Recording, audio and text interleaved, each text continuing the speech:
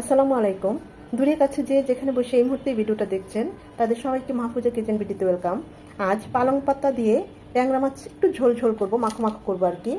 এটা একদম পোড়া পোড়া করলে এক ধরনের স্বাদ, আবার এই ধরনের মাখো মাখো করলেও আরেক ধরনের স্বাদ। আমি পোড়া পোড়াও করেছি, ওই ভিডিও আমার চ্যানেলে দেওয়া আছে। তা আজকে একটু মাখো মাখোই করবো, অসম্ভব মজা হয়েছে। গরম গরম ভাত দিয়ে এই ঝোলটা অমৃত লাগে, বিশ্বাস করেন অমৃত লাগে। তা আমি যেভাবে রান্না করেছি সেভাবে আজকে আপনাদের সাথে এই রান্নাটা শেয়ার করবো। লুকসটা কত সুন্দর এসেছে দেখেন, একদম সবুজ, কালারটা কত সুন্দর এসেছে, খেতে অসম্ভব মজা হয়েছে। পালং শাক দিয়ে ট্যাংরা মাছ রান্না করব। ট্যাংরা মাছ নিয়ে নিয়েছি, ভালোভাবে দিয়ে পরিষ্কার করে নিয়েছি।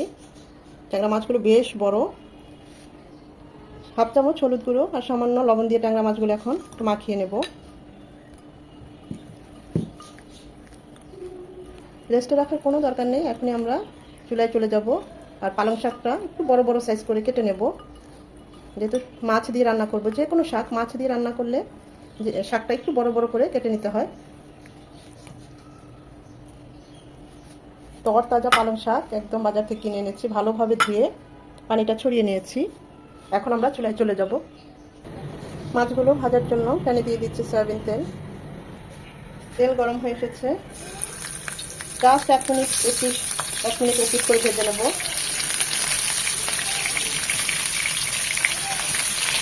বাকিগুলো পরে দেব। যে কোনো মাছ রান্না করার সময় একদম হালকা করে ভেজে নিতে হবে। এখানে কড়া ভাজা যাবে না, তাহলে মাছগুলো হার্ড হয়ে যাবে, খেতে ভালো লাগবে না, জুসিনেসটা সফটটা থাকবে না। তাইলে কষিয়েও রান্না করতে পারেন।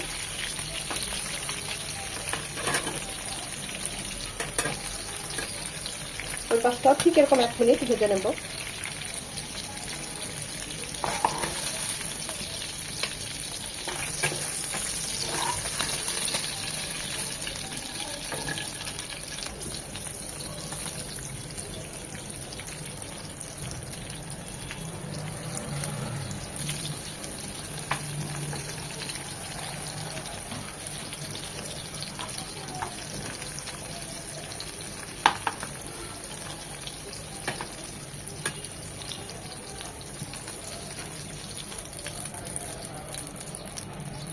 আমি পালং শাকের সাথে একটা আলু দেব। আলুটা একটু ভেজে নিচ্ছি, আপনারা চাইলে আলুটা নাও দিতে পারেন। আলুতে সামান্য একটু লবণ ছিটা দিয়ে দিচ্ছি, আর সামান্য একটু হলুদ গুঁড়ো ছিটিয়ে দিচ্ছি। এমনভাবে আলুটা ভেজে নেব যেন এর 30 থেকে 40% সেদ্ধ হয়ে যায়।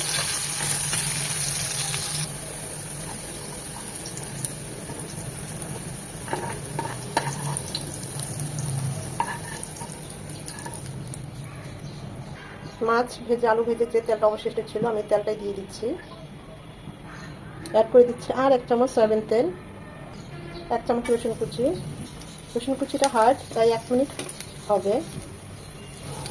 1 চামচ পেঁয়াজ কুচি। পেঁয়াজটা একদম নরম হবে, রসুন কুচিটা লাল লাল হয়ে খুব সুন্দর একটা অ্যারোমা চলে আসবে। এই পর্যায়ে দিয়ে দিব 1 চামচের আদা রসুনের পেস্ট। এটাকে এখন ভেজে নেব যেন আদার ভাজালো গন্ধটা চলে যায়। আদা রসুনটাকে 1 মিনিট ভেজে নেওয়ার পর হাফ চামচ মরিচ গুঁড়ো, হাফ চামচ ভাজা জিরে গুঁড়ো ফুটানো পানি দিয়ে গুলিয়ে দেবো। এখানে আমি হলুদ গুঁড়ো দিলাম না, মাছ হলুদ দিয়ে মাখিয়ে নিয়েছি। আমি কোনো শাক পাতায় হলুদ গুঁড়োটা দিই না, আপনারা চাইলে সামান্য একটু দিতে পারেন কালারের জন্য, তবে না দেয় ভালো, তাহলে শাকের কালারটা খুব ভালো আসে। মশলাটা খুব ভালোভাবে এখন কষিয়ে নেব। মশলাটা কষানো হয়ে গেলে দিয়ে দেবো যে আমরা আলুটা ভেজে রেখেছি। আলুটা মশলার সাথে 1-2 মিনিট কষিয়ে নেব। 1 টেবিল চামচ পানি দিয়ে আলুটা কষিয়ে নেব।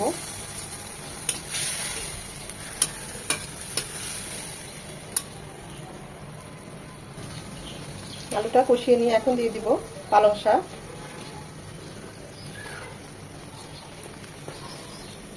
পুরোটা একসাথে দেব না, প্রথমে একটু হাফটা দিয়ে উল্টিয়ে নেব।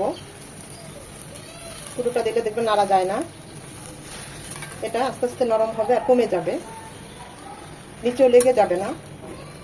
আর যদি আলু দিতে না চান সরাসরি এরকম কষিয়ে মশলাটা কষিয়ে পালং শাকটাকে দিয়ে দিবেন। আমি দিলাম, মাছের সাথে একটু ভালোই লাগে, আঠালো আঠালো ভাব। আবার ছোট বড় বাবু একটু আলুটা পছন্দ করে তাই দিলাম। এখন বাকি শাকটা দিয়ে দেব। মনে হচ্ছে অনেক, কিন্তু না, দেখবেন একদম কমে যাবে। তাজা সবুজ শাক এমনি কাটা খাওয়া যায়, এতটা ভালো লাগছে। শাকটা অনেকটা নরম হয়ে এসেছে, এটা আরো নরম হবে আর কমবে। শাকের থেকে বেশ কিছুটা পানি ছাড়বে।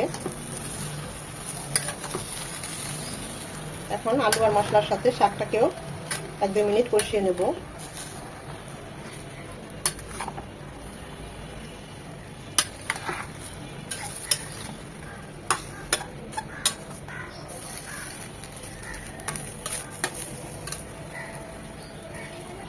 দুই মিনিট কষিয়ে নেওয়ার পর দিয়ে দেবো ফুটানো পানি। আমি একটু মাখো মাখো রাখবো, যদি একদম শুকনো শুকনো রাখতে চান পানিটা আর একটু কমিয়ে দিবেন।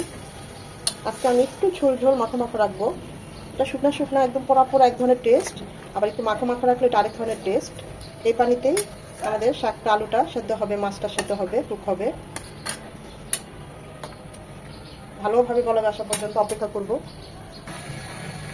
আলুটা যেন একদম সেদ্ধ হয়ে যায়, এইরকমভাবে বলক 2-3 বার বলক আনিয়ে আলুটাকে কুক করতে হবে। আলুটা আমি অফ ক্যামেরায় চেক করেছি, আলুটা একদম সেদ্ধ হয়ে গিয়েছে। এই পর্যায়ে আমরা মাছগুলো দিয়ে দেব।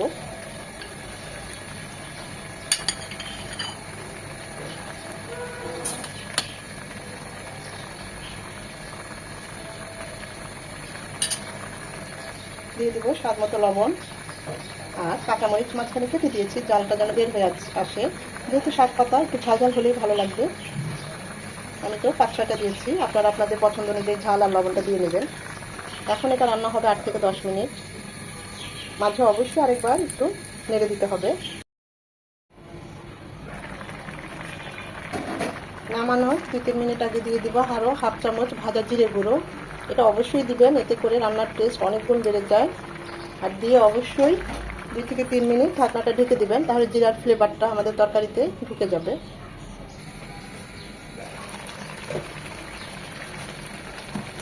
আর ঢাকবো না, আর 1 থেকে 2 মিনিট আর একটু ঝোলটা টানিয়ে নেব, আর একটু মাখো মাখো করে নেব। আপনারা চাইলে এই অবস্থা নামিয়ে নিতে পারেন। রান্নাটা অলমোস্ট ডান। আমি এখন চুলাটা অফ করে দেব। অল্প মশলায় অল্প তেলে আমি তো এভাবেই প্রায় করি। শাকের কালারটা একদম সবুজ তরতাজা, দেখুন সব কিছু সেদ্ধ হয়ে গিয়েছে। এভাবে পালং পাতা দিয়ে যে কোনো মাছ, রুই মাছ, বোয়াল মাছ, ইলিশ মাছ, সব মাছই এই পালং শাকটা দিয়ে খাটে।